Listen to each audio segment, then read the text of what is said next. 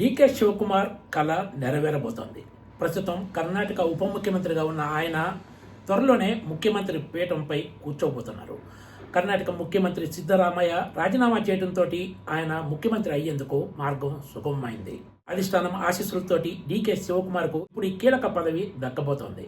కర్ణాటకలో కాంగ్రెస్ను అధికారంలోకి తీసుకురావడంలో పిసిసి అధ్యక్షుడిగా ఉన్న డీకే శివకుమార్ కీలక పాత్ర పోషించిన సంగతి ప్రతి ఒక్కరికి తెలిసిందే. ఎన్నికల్లో విజయం సాధించిన తర్వాత ముఖ్యమంత్రిగా ఫస్ట్ ఛాన్స్ సిద్ధరామయ్యకి ఇచ్చిన అధిష్టానం 2.5 సంవత్సరాల తర్వాత డీకే శివకుమార్కు ముఖ్యమంత్రి ఛాన్స్ ఇస్తామని అప్పట్లో హామీ ఇచ్చినట్లు పార్టీ వర్గాలు బహిరంగంగానే చెప్పిన సంగతి తెలిసిందే. అయినా కూడా ఇప్పుడు అధికార మార్పిడి అంత సాఫీగా సాగలేదనే చెప్పొచ్చు. గతంలో ముఖ్యమంత్రి సిద్ధరామయ్య పలుమార్లు 5 ఏళ్లు తానే సీఎంగా ఉంటానని, పవర్ షేరింగ్కి సంబంధించి ఎలాంటి ఒప్పందం జరగలేదంటూ కూడా బహిరంగంగానే చెప్పుకొచ్చారు. దీనిపై పెద్ద ఎత్తున దుమారం రేగినా కూడా డీకే శివకుమార్ ఎప్పటికప్పుడు ఓపిక్గా అధిష్టానంతో చర్చలు జరుపుతూ సమయం కోసం వేచి చూశారు. ఇప్పుడు ఆ సమయం రానే వచ్చిందనే చెప్పొచ్చు. మధ్యలో డీకే శివకుమార్ కాంగ్రెస్ అధిష్టానం గనక మాట నిలబెట్టుకోకపోతే బీజేపీతో కలిసే అవకాశం ఉందంటూ కూడా వార్తలు వచ్చిన సంగతి తెలిసిందే. అలాంటిదేమీ జరగకుండానే కాంగ్రెస్ అధిష్టానం కీలక రాష్ట్రాల్లో అసెంబ్లీ ఎన్నికలు ముగిసిన వెంటనే కర్ణాటక వ్యవహారంపై దృష్టి సారించేసి సిద్ధరామయ్యను రాజీనామా చేయాల్సిందిగా ఆదేశించింది. దీంతో కర్ణాటక ముఖ్యమంత్రి సిద్ధరామయ్య తాను తన పదవికి రాజీనామా చేయబోతున్నట్లు గురువారం ఉదయం మంత్రులతో ఏర్పాటు చేసిన బ్రేక్ఫాస్ట్ మీటింగ్లో వెల్లడించారు. తదుపరి ముఖ్యమంత్రిగా డీకే శివకుమార్ బాధ్యతలు చేపడతారంటూ కూడా ఆయన ఈ సమావేశంలోనే స్పష్టం చేసినట్లు మీడియాలో వార్తలు వచ్చాయి.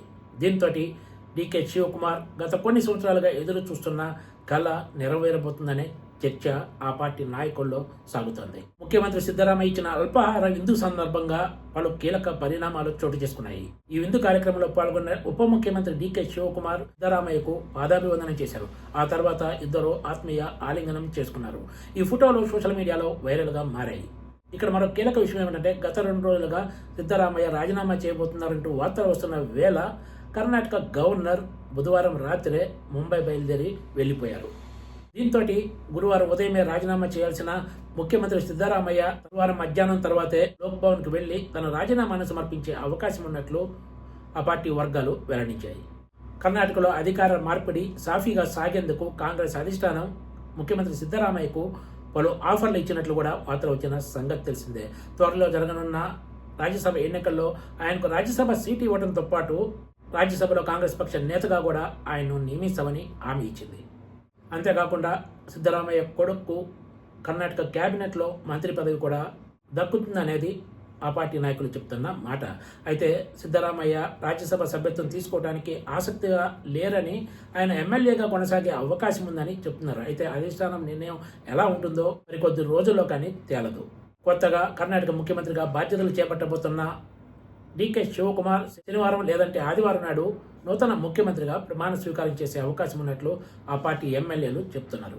కీలక సమయంలో కాంగ్రెస్ అధిష్టానం ముఖ్యమంత్రి మార్పు నిర్ణయం తీసుకుందని, మంచి ఆర్గనైజర్గా పేరున్న డీకే శివకుమార్ ఇప్పుడు ముఖ్యమంత్రి బాధ్యతలు చేపట్టిన తర్వాత వచ్చే ఎన్నికల్లో కూడా తిరిగి కర్ణాటకలో కాంగ్రెస్ పార్టీని అధికారంలోకి తీసుకురావాల్సిన బాధ్యత ఆయనపైనే పెట్టబోతున్నట్లు కనిపిస్తోంది.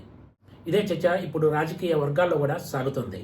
కర్ణాటకలో ఎన్నికలకు ఇంకా దగ్గర 2 ఏళ్ల సమయం ఉంది. మరి కొత్త ముఖ్యమంత్రి బాధ్యతలు చేపట్టబోతున్న డీకే శివకుమార్ తన కళ నెరవేరిన తర్వాత తిరిగి కాంగ్రెస్ను మరోసారి అధికారంలోకి తీసుకురాగలరా లేదా అన్నది వేచి చూడాల్సిందే. Please subscribe TGTV.